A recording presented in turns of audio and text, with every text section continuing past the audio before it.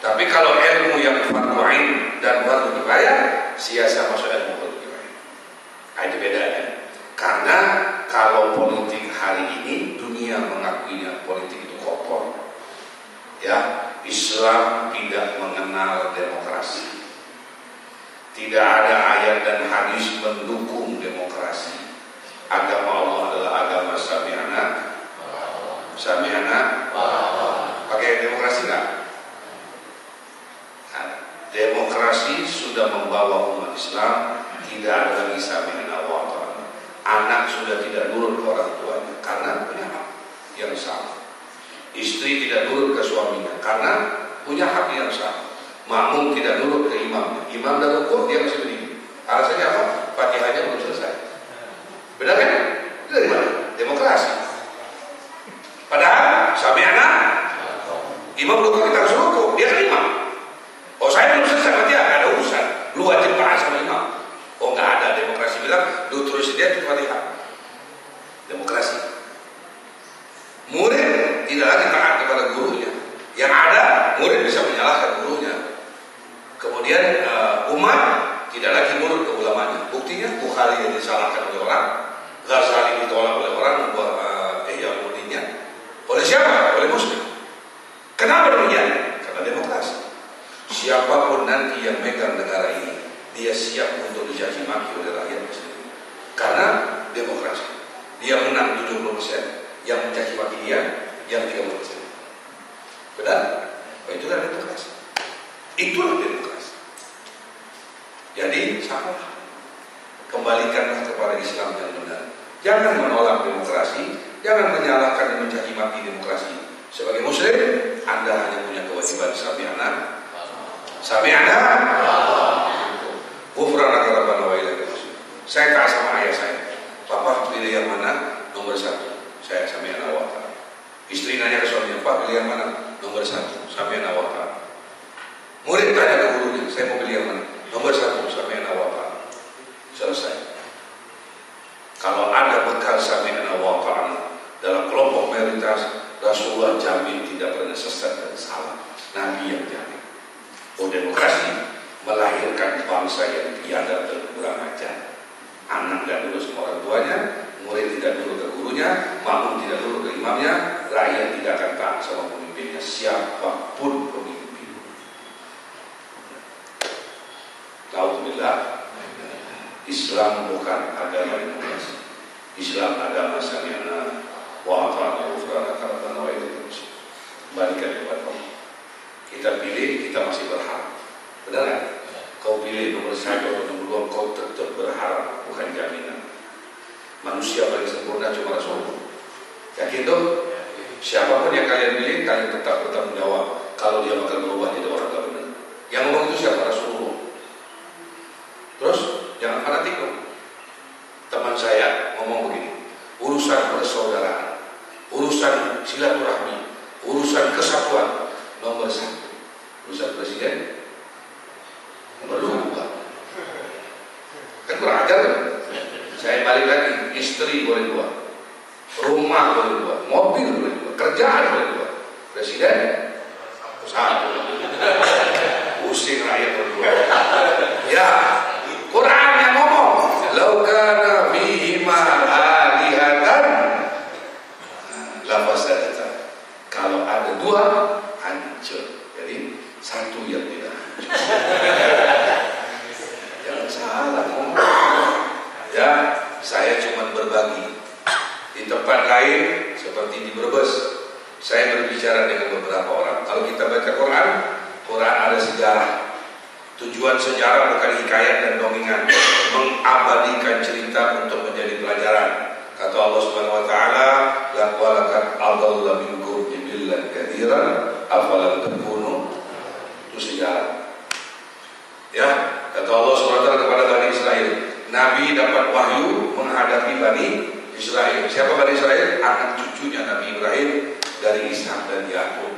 Apa kata Allah? "Idh hadara Yaqub al-maut fa qala li banihi madza ta'buduna min ba'di qalu na'budu ilahaka wa ilaha abaik."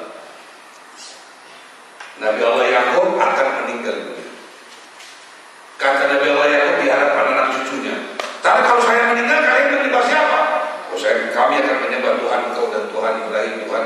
surat Allah Subhanahu wa taala. Nabi bawa Quran, kakek kalian tidak menyembah berhala. Kenapa kalian menyembah berhala? Kembalikan kepada kakeknya. Itu sejarah. Nabi Muhammad dicaci maki oleh umatnya. Bahkan kata Rasul di mereka kata Allah, dulu pun nabi-nabinya pun didustai. Ada yang dibunuh, ada yang diusir. Tenang Muhammad, tenang.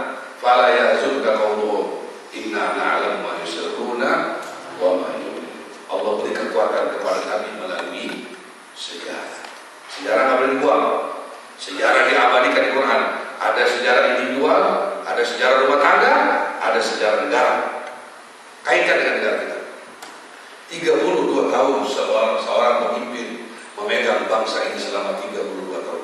Kekuatan yang luar biasa. Punya latar belakang militer.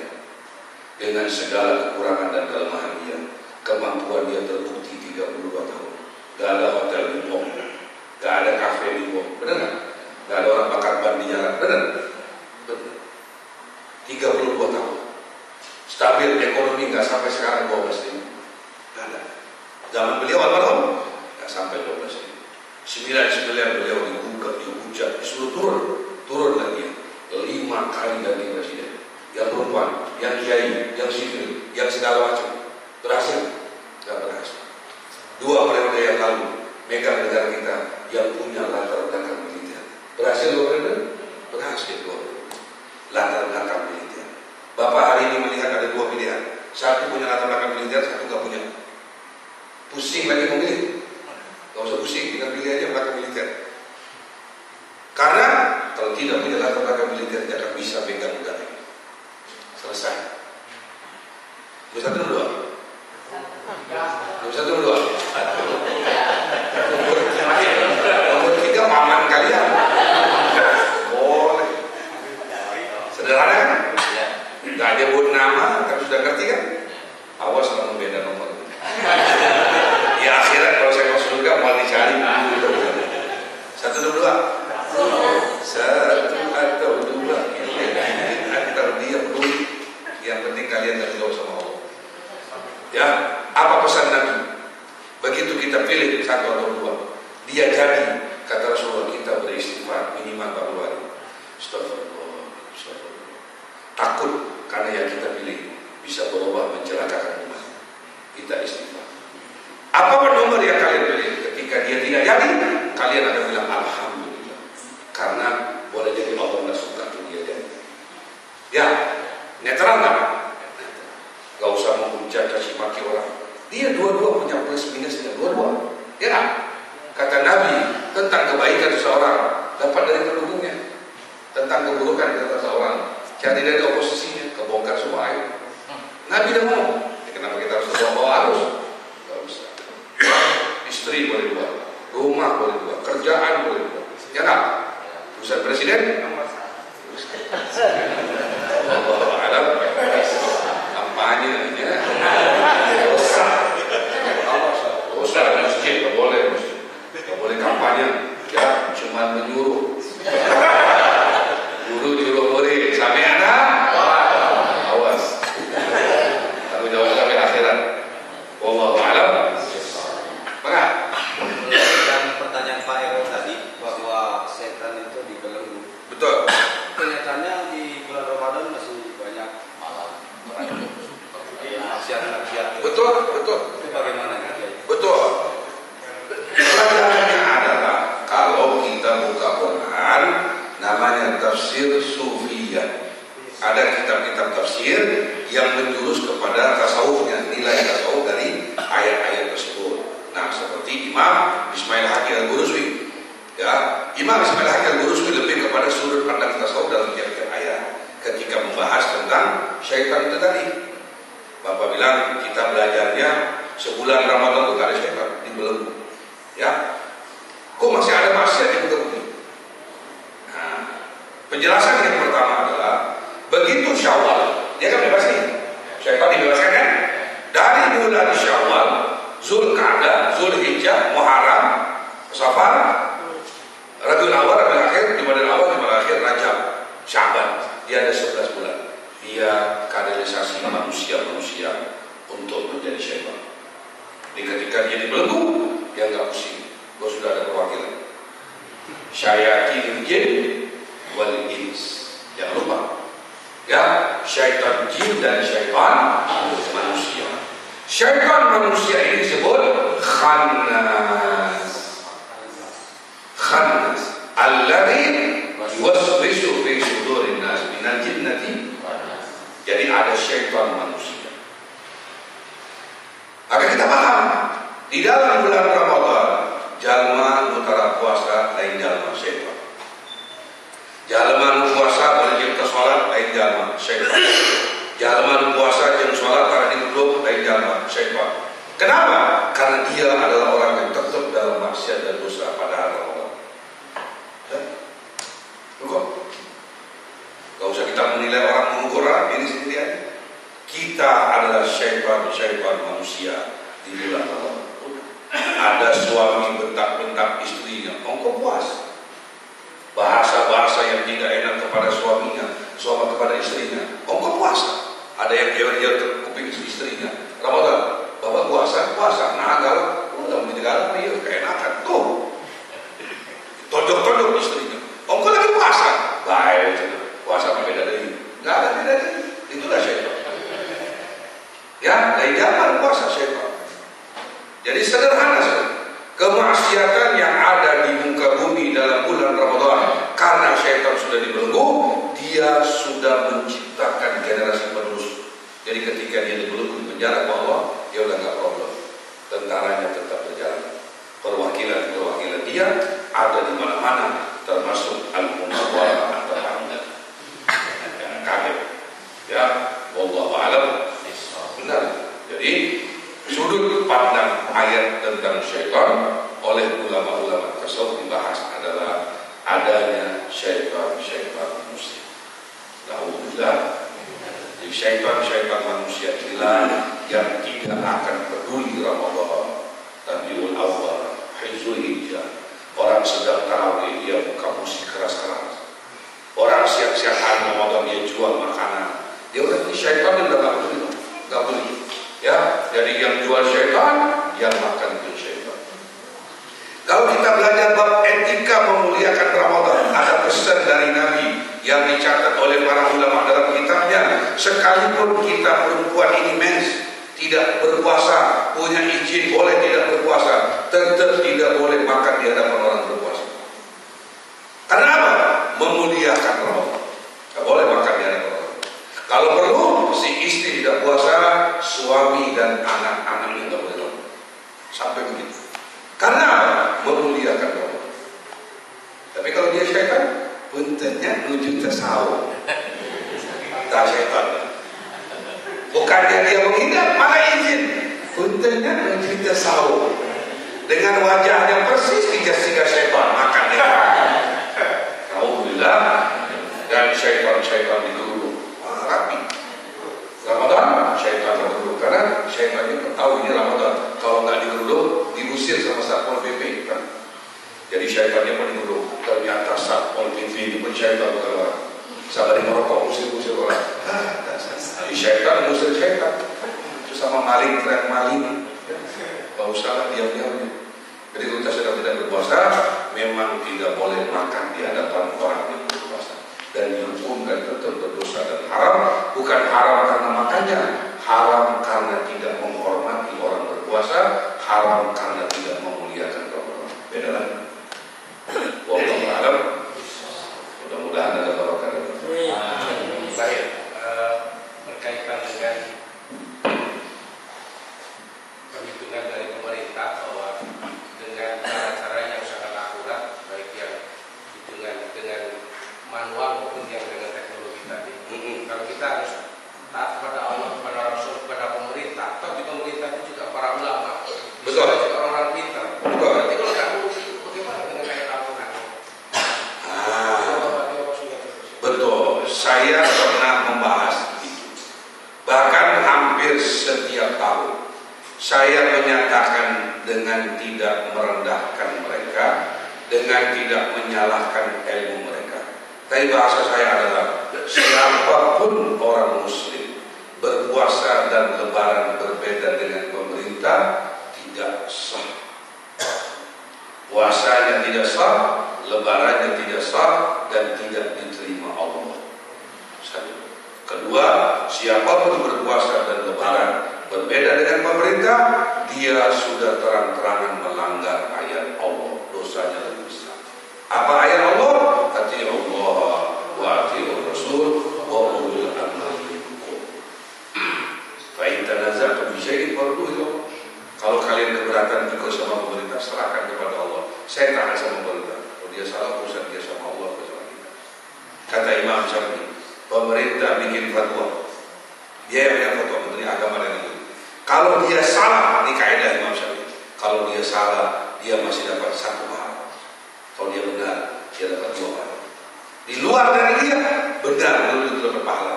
Salah menanggung dosa semua orang.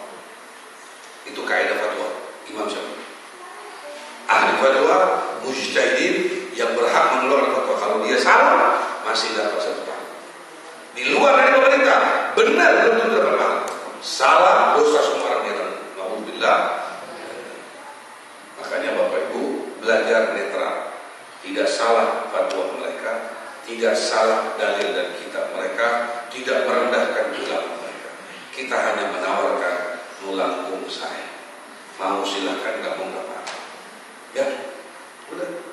Kita mengharap dia mau berbeda, jangan nongol di TV. Dia mau berbeda, jangan duluan umumkan. Dia mau berbeda, jangan masuk di koran. Nanti sholat Idnya berbeda sama kita, jangan disorot. Cuma minta itu aja, penghargaan. Belajar menghargai ulama. Karena ulama sama ulama saling menghargai. Nah, haji ulama saling menghargai. Itu aja. Ya, karena perbedaan tanggal puasa dan lebaran sudah ada di kita sejak zaman Almarhum Bung Karno. Sudah ada. Dulu zaman Almarhum Soeharto sudah ada. Tapi apa yang kita lihat bedanya? Kalau orang Padang beda sama pemerintah, yang tahu cuma orang Padang. Orang Jakarta nggak tahu. Bandung berbeda sama pemerintah, yang tahu cuma orang Bandung, orang Surabaya nggak tahu. Hari ini seluruh dunia tahu ada perbedaan di Indonesia. Malu, malu. Ya, boleh berbeda tapi diam-diam dan boleh merasa dia pembenar. Persis kayak politik lah. Kalau ada menghujat kawan, ya udah caci maki segala macam, nggak perlu. Ya, saya ada keberatan mendengar ada ulama NU haram siapa yang memilih presiden nomor 2. Ini haram. Kamu muslim kene, ya, jangan keluar kalimat haram dong. Haram memilih nomor 2, jangan pilih. Nanti yang haram memilih nomor 1, apa haram-haram?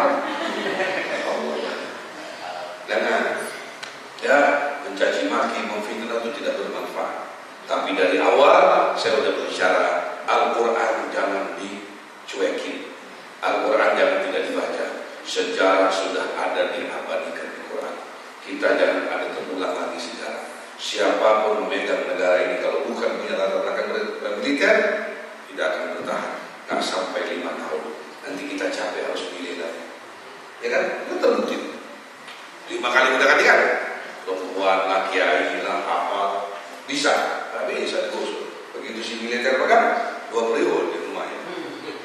Ya, walaupun belum benar dengan segala kekurangannya, tetap masih dia saya, dia Dulangko. Oh, udah. Nomor 2 saya, nomor hiji dari Langkong. Karena kalau tulis 1 itu gampang, kalau tulis 2 itu belok-belok itu susah. Ya, belok-belok itu susah. Kalau sudah, ya, kita di mana-mana nunjuk orang kan pakai 2 gini ya. Nunjuk orang ini juga nunjuk. Ya, tahir. Ini kan ada tahir ini. Walaupun 2 kalimat syahadat, ya kan? Padahal 2 kalimat syahadat kan ya 2 karena 1 wakil, 1 ketua. Tapi nunjuknya 2 kan? Enggak. Asyhadu an la ilaha illallah, asyhadu anna Rasulullah. Enggak. Asyhadu an la ilaha illallah, sudah tetap. Ya, ini berapa? Wallahu a'lam. Bilang sama itu orang tinggal dibayar berapa kiainya? Alhamdulillah. Wallahu a'lam. Jangan lupa ditunggu kehadirannya dengan sangat mengharap. Kita mau zikir dan doa menyambut Ramadan hari Kamis maghrib berjamaah di Masjid Asyura. Ya, istighosa menyambut Ramadan. Kita di akhir bulan Sya'ban. Mudah-mudahan bisa hadir sehat walafiat, tidak ada hujan. Amin. Ya, insyaallah nanti diberitahukan ada beberapa materi-materi yang mau diberikan yang berkaitan dengan Ramadan. Contoh ya, Nabi pernah berbicara kalau kita berbuka puasa, keringat yang keluar dari orang yang berbuka puasa. Nah, itu diantara satu hal yang baru yang kita temukan dari guru-guru kita. Kenapa Nabi berbicara keringat? Dan ada doanya, ya. Kalau kita kan cuma singkat, Allahumma laka sumtu wa bika amantu wa ala rizqika. Padahal ada tambahan lagi tuh, ya. Allahumma laka sumtu wa bika amantu wa ala rizqika aftartu wa abtalatil uruq. Itu ada tambahan. Itu ada doa tentang keringat yang keluar, kan kita doa keringat yang keluar. Ini ada apa dengan keringat? Ya, biar masing-masing keringatan. Dari pagi sampai malam keringatan, besoknya meninggal nasi.